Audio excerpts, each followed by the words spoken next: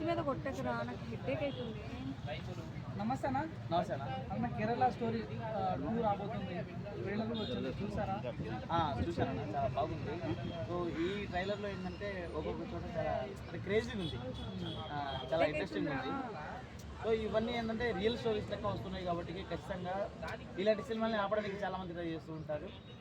బహుశా దీన్ని కూడా ఎవరైనా ఆపడానికి ట్రై చేస్తే మనం ఏం చేయాలి అంటే అప్పట్లో వచ్చింది కాశ్మీర్ ఫైల్స్ అని, ఆ తర్వాత అంటే చాలా వచ్చాయి. అలాంటి వాటిని కూడా చాలామంది ఆపడానికి కూడా ట్రై చేశారు. సో ఇలాంటివి ఏం జరగకుండా సాఫీగా వచ్చేస్తే ఆ సినిమాలో అంటే ఈ సినిమా మనకు ఒకటి నేర్పిస్తుంది.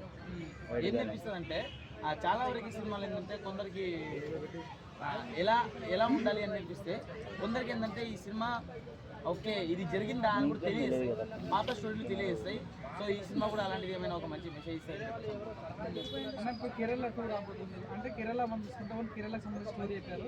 కేరళ 2లో మధ్యప్రదేశ్, ఉత్తరప్రదేశ్ అన్ని కలిపి కూడా స్టోరీ చెప్పారు. ఈరోజు కేరళ సీఎం రెస్పాండ్ అవ్వడం జరిగింది. సో సినిమా విజేతాను అసలు అదే చెప్తున్నాను కదా, ఆపడానికి అందరూ ట్రై చేస్తూ ఉంటారు, ఆపడానికి చాలామంది ట్రై చేస్తూ ఉంటారు. మంచి ఎప్పుడు నెగ్గిద్ది. సో దీంట్లో మంచైనా చెడైనా అక్కడ జరిగింది చూపించడానికి చూస్తున్నారు బ్రో. ఎందుకంటే ఈ రోజుల్లో ఉన్న వాళ్ళకి ఏంటంటే అప్పట్లో ఏం జరిగింది ఏందని చెప్పేసి ఎవరికి తెలియదు. సో ఇవన్నీ చూపించుకోవడం కోసం, ఒకసారి జనాల్లో రీచ్ రావడం కోసం, అంటే ఆ ప్రొడ్యూసర్, ఆ డైరెక్టర్ అతను కోరుకునేది అతనికి కనెక్షన్ లేదో లేకుండా ఇంకోటేదో కాదు. సో జనాలతో కనెక్షన్, అసలు జనాలు ఎలా ఉన్నారు అది తెలుసుకోవడం కోసం చేస్తున్నారు. ఖచ్చితంగా ఈ జనాలు కూడా అలాంటి సినిమాని ఆదరించకపోయినా పర్లేదులే కానీ చూసి దాంట్లో ఉన్న స్టోరీని తెలుసుకుంటే చాలా బాగుంటుంది. ఇప్పుడు కేరళ స్టోరీ 2 మీద